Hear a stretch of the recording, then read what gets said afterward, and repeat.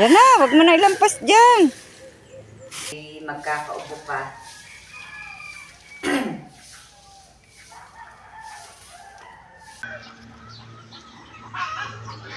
Ay, bakit kaya Rigar niyo may pag...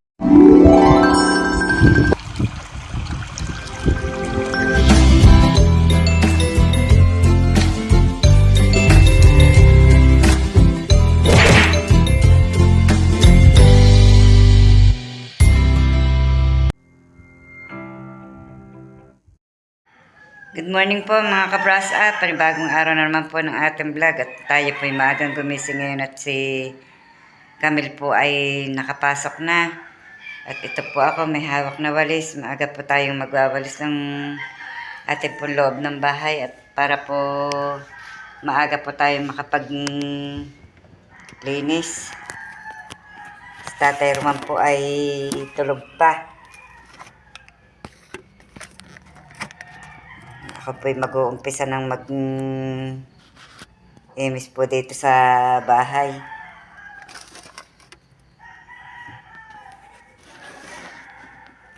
Ayan. Hirap po ng paglalagyan ng wala po tayong magamit na tripod.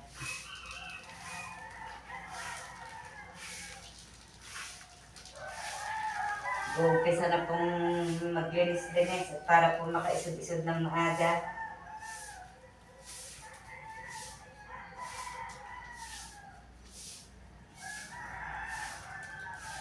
Mamaya naman po yung pong harapan ang pawalisan.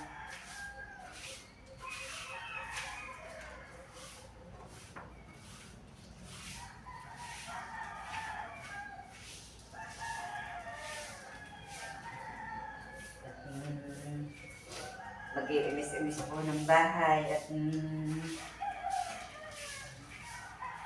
medyo malapit-lapit na po ang fiesta po dito sa amin.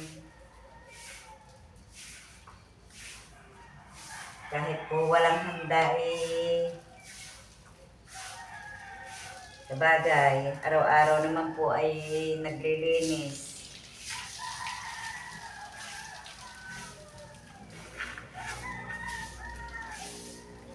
Kahit po walang okasyon. 2 linggo na lamang po, piyesta na.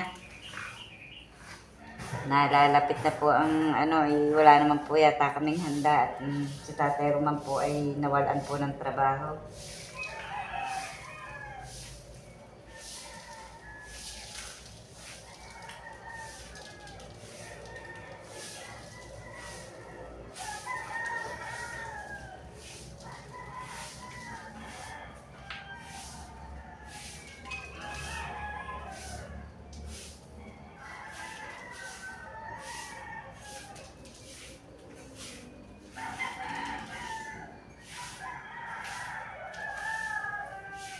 Pipis-pis-pis-pis na po lamang muna ng sahig.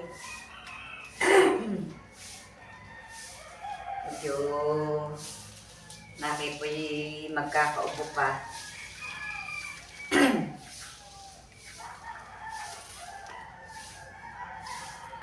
Usong-usok po ang ubo dahil po dito ay mainit po sa araw. Sa gabi naman po ay sobrang lamig.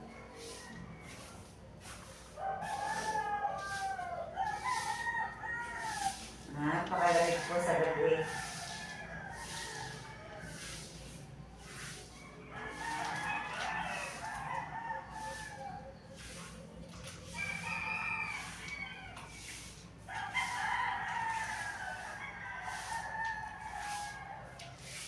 Naliwanag na po ang paligid. Unti-unti na pong naliwanag. Umpisa na po ulit tayo ng mga gawain. Mamaya magpapakain na po ulit ng baboy at magpapataka ng manok at si Tatay Roman po ay pupunta na po ulit do sa kanyang ginagawa po do sa kubo ni Sir Jose. Ngayon po magsasama kami ni Nanay Los at Wawalisin na, Wala kang lighter? oo. Wawalisan ni Nanay Los ang daan. At ako naman ay may dadakuting yung tambak na lupa din yung nakakaykay ng manok. Dahil marami pong nagalang nag-uumpisa na po magwalis.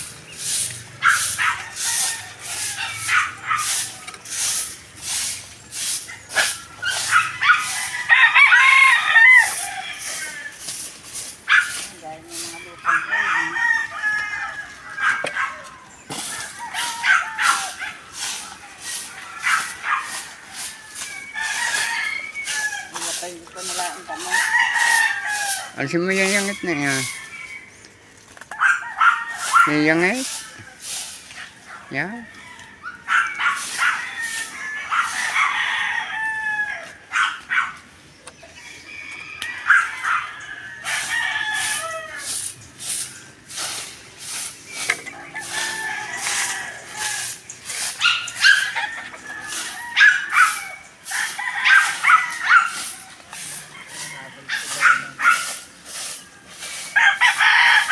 Takin po ng takin si Luna at nahabol. Ang gusto po, ang pagkaalam po ni Luna kami tataas.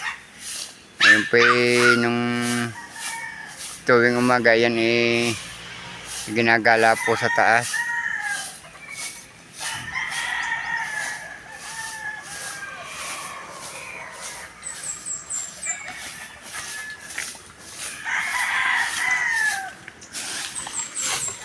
Ayan, yung lupang yan.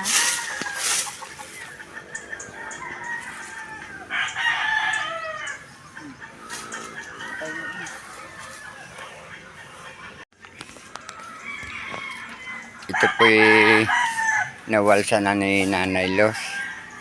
At ito, iipunin po dito at sisilaban. Ayun si Nanay Los, nasa taas na yun. Oh. At hawakit ako magwawali. Yan, sumakit na naman po ang balikat ni Nanay Los. Napabigla na naman. Yung tabi. Oh. Napabigla na naman po ang galay.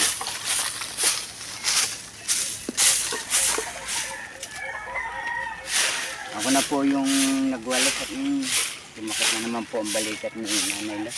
Huwag mong isama ang lupa at halapawin mo na lang ang damo. Para madakot ang lupa.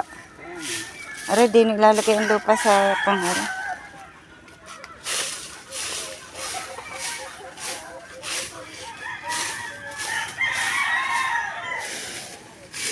Yan na, huwag mo na ilampas dyan. Ay, paano madadakot ang lupa niyan? Inanuhan mo. Hindi mo rin kinali muna. Para din na silabin ang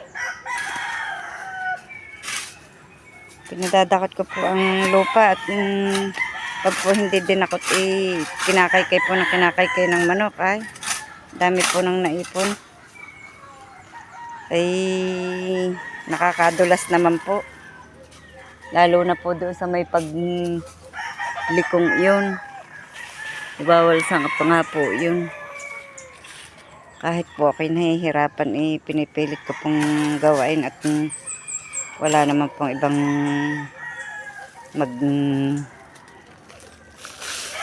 sasakripisyo pong maglinis po dito sa daanan. Dami nang naipong lupa dahil ang dala po ng tubig ng tag-ulan. Tapos iisudre yan ang damo.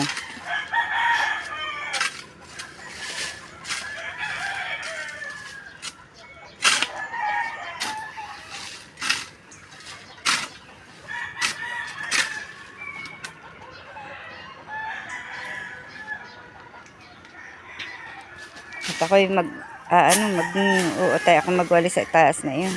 Habang ikaw nagdadakot dyan ng lupa.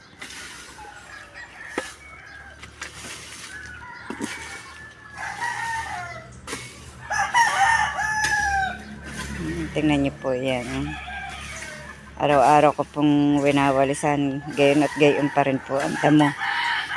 Dahil po nanggagaling po dito sa mga gubat-gubat pong iyanausos po ang damo dito sa daan. At dahil nga po ng nakakaykay po ng manok. Ayan o.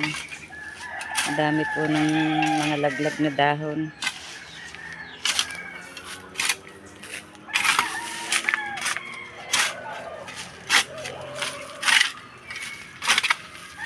Ito po. Ngayon po nalinis na ni Nanay Luz ang daan. At yun nga po mga lupang ibinunto niyan ay dinakot ko naman. At itong pong mga dahon to yung inipon dito sa daan ay sinilabang ko na lahat. Wala po pag lalagyan na.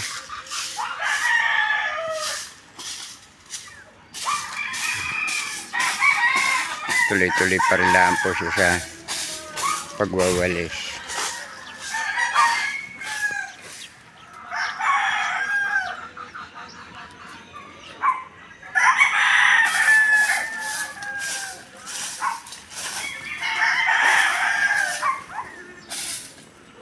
Natapos na po ni Tatay Roman at ni Aris po kahapon itong patagin ito pong harapan namin.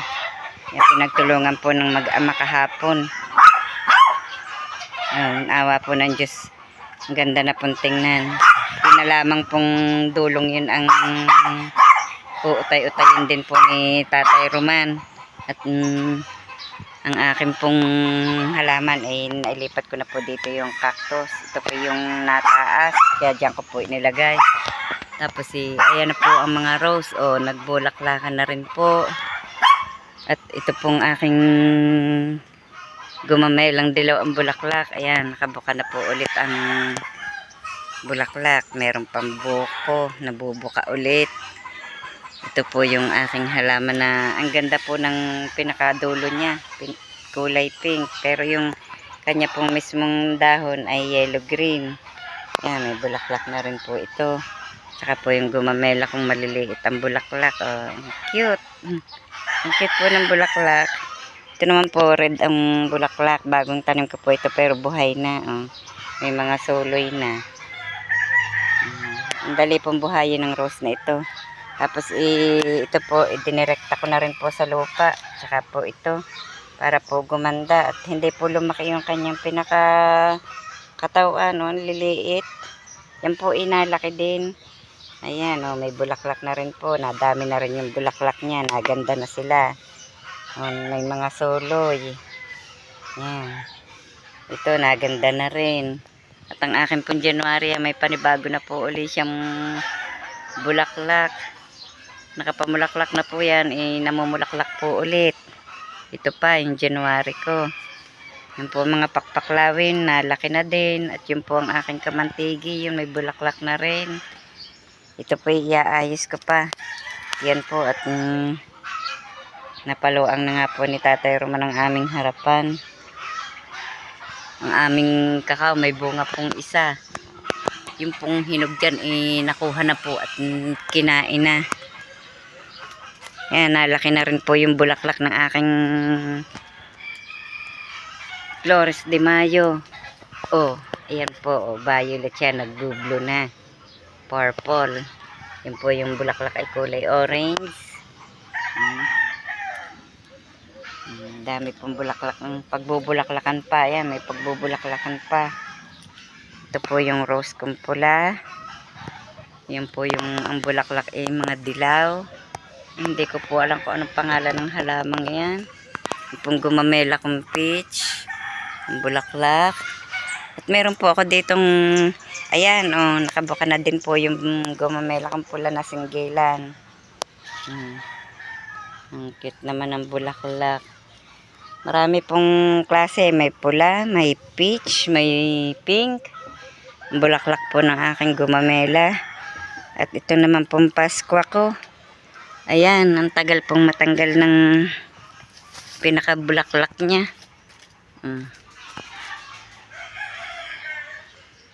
Yan, lumago na po ng lumago ang bulaklak. Oh, ito oh. Ay, yan. Oh. Nakakatawa at yung palay ang bulaklak eh, ano-ano, nagkukulot-kulot. Oh.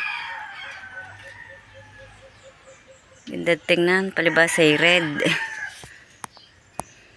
Ewan ko lang po, ayan, may rose pa rin pala ako dito pink. Na singgilang ang bulaklak.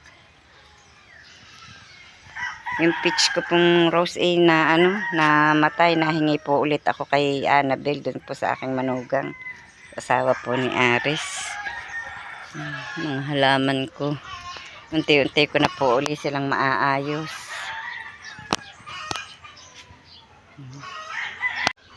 Yun pong aking lucky bamboo ay lumaki na rin po. Oh. Ang tataas na. Meron pong ang dahon ay may guhit. Meron pong wala. Ito po, oh, wala po itong guhit. Tari po, may bulaklak na rin po. Aglonema yata. Ang akin pong gabi-gabihan na puti ang dahon. May suloy na po ulit. Marami po ditong gabi-gabihan. Kailangan po natutunaw. Yan. Yung photos ko, malago na po din. Ang aking butterfly. Ito po yung katakataka. Madami po yung katakataka kong yan. Oh. Ito po ang bulaklak. Oh. Kasakasali po ang alugbati dito. Oh, may mga pagbubulaklakan din, may bunga. Alugbati.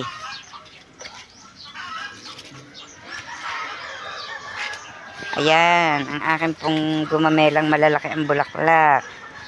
Oh, tingnan nyo po. Oh.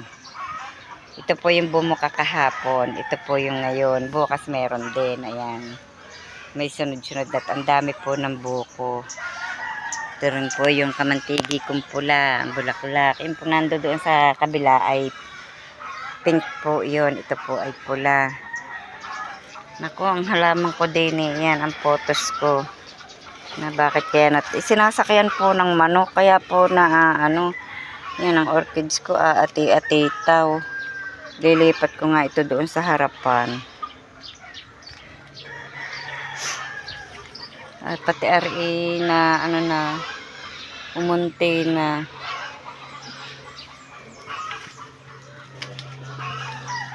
Lipat ko po anthurium. Kung ilang puno po yung anthurium ko, yan, may bulaklak yung anthurium ko din. Yan po. Ay, bakit kaya ari garniyo? May pagbubulaklakan din ari. Yan, kulay dilaw po ang bulaklak niya pag bumuka. Yan ang orchids ko, may bulaklak. Ang ingay po ng baboy. Marami pong baboy dito sa aming kahanggan. Pasensya na po kayo. Ibababa po muna tayo dito kina Robilin at bibisitahin ko po yung mag-ina. Dahil si Hali po ay hindi nakapasok. At si Robilin po hindi makakapaghatid at may lagnat po si Totoy. Aba, inayos po pala ni Makoy ang daan dito. O, nilagyan na po ulit ng tungtungan. Ayan, kaya pala kahapon naghakot ng bato. Ginawa po ang daan. Hindi na po madudulas. Si Hali, nadulas po yun kahapon dito na padali po ang ulo dito sa bato may bukol po, kaya po yun siguro ari inayos ni Makoy. Ayan, ganda nga naman, pinataas. Nasisira po ng tubig po ang ang daan. Ito na lamang ang hindi pa naaayos. Ang laguna naman po ng mga damo din dapat na hahalabas at nalilinis at may mga kulutan. May bunga na po yung itinanim kong papaya. Oh. may isa ng bunga. Marami pa po akong pantanim na papaya. Naglilinis pa nga po ako ng taniman doon sa ilaya po doon namin. Nag-umpisa na po ako nung isang araw. Kaya lamay ang aking pong baraso hindi makatagal ng paghahalabas at masakit nga po.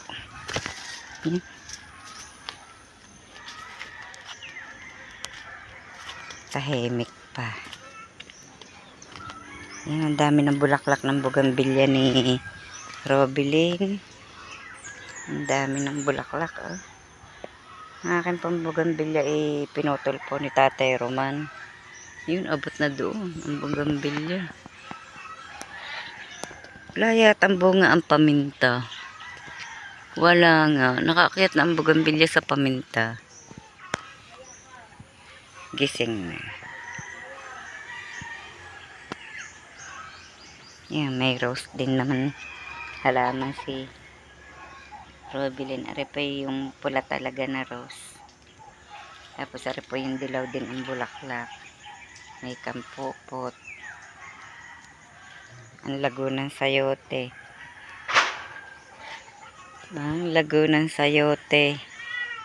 Diyan na po si Tatay Roman. Dumating na may bumagsak pong kahoy doon sa amin. Inakuha na yata ang bunga din. Ganda ng araw. Daming sinampay ni. Naririto po sa kusina ang mag-iina.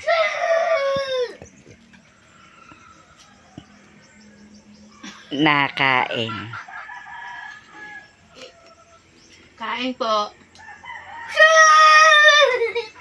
Anong ulam mo, Inay? Ha? Ay, akaawa naman. May gulay na nangka. Ang ulam daw po ni Hali ay asukal. Wala bang ulam? Ayaw mo ng gulay? Ay, bebe!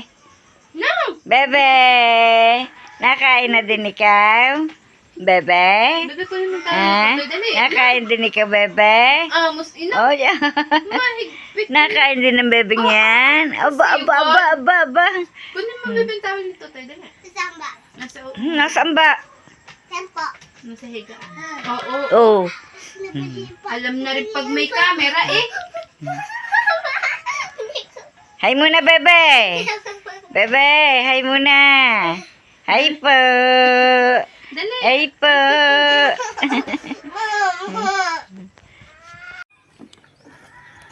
Tayo po ay pupunta dito sa may piggery ng inahin at tatabas po tayo dito at lagi po may nadais na bayawak ay nawala na nga po yung isang inahin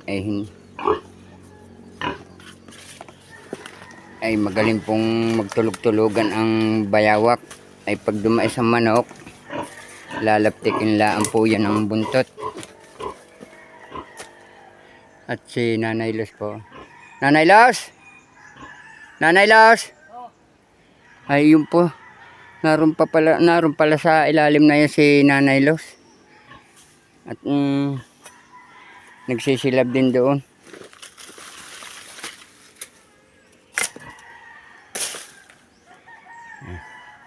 Yan, nakapagpausok na pala siya dito. Nagsisilab na. So, ililinisan ko muna itong may itaas na ito ng piggery ng inahin.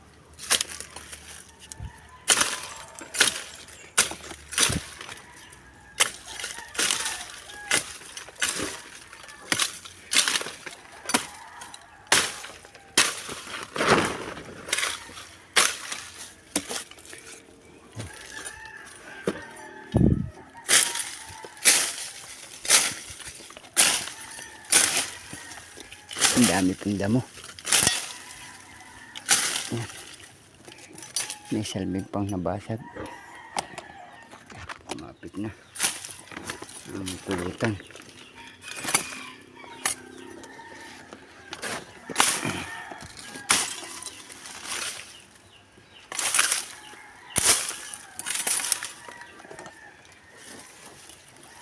Oops ah.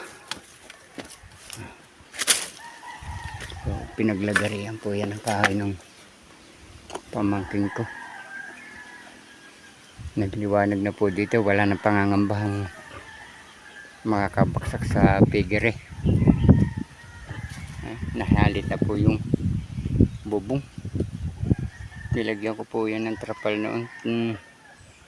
Kakaawa po ang babot. Tuluan na po, wala nang puro sira na ayero niyan.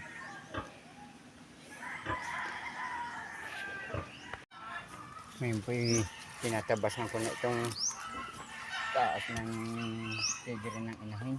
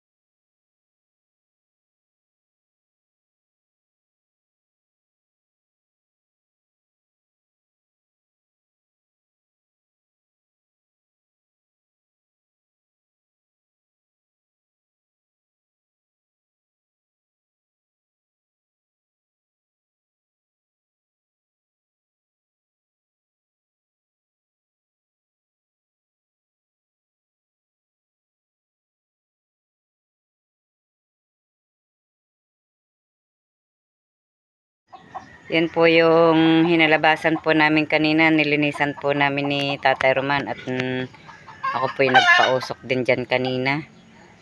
At si Tatay Roman po doon po sa itaas po ng pigering malaki. Yan, malinis na pong tingnan. Bukas po ulit papausok. At yung pong nilinisan ni Tatay Roman, naririnig po yun sa itaas po ng pigering ng inahin. Yan, hinalabasan niya po ang itaas na para po maaalis po yung mga sukal-sukal at nang wala pong tigilan ang lamok. Di maliwanag na pong tingnan. Ito po naman kaya po hindi ko po ipinaputol, panggulay po ito, yung unti pong tinatawag. Ang dami po niyan doon sa taas na yun, doon po sa taas na yun, ang dami. Yan. Oh, ang dami po nito, oh. Sarap po niyang gulayin. Doon po sa kamatis. Para pong panlahok sa sinigang. Pag po may ganito, tapos may kamatis, tapos po may tuyo, ay, sarap na po ng kain. Talaga pong ganado. At sa ngayon po, hanggang dito na lamang po munang muli ang aming vlog at mag-iingat po kayong palagi. At maraming salamat po sa patuloy niyo pong pagsuporta. At hindi niyo po kami pinababayaan. At ng Panginoong Diyos na po ang bahala sa inyong lahat. Maraming salamat po. Bye-bye and God bless.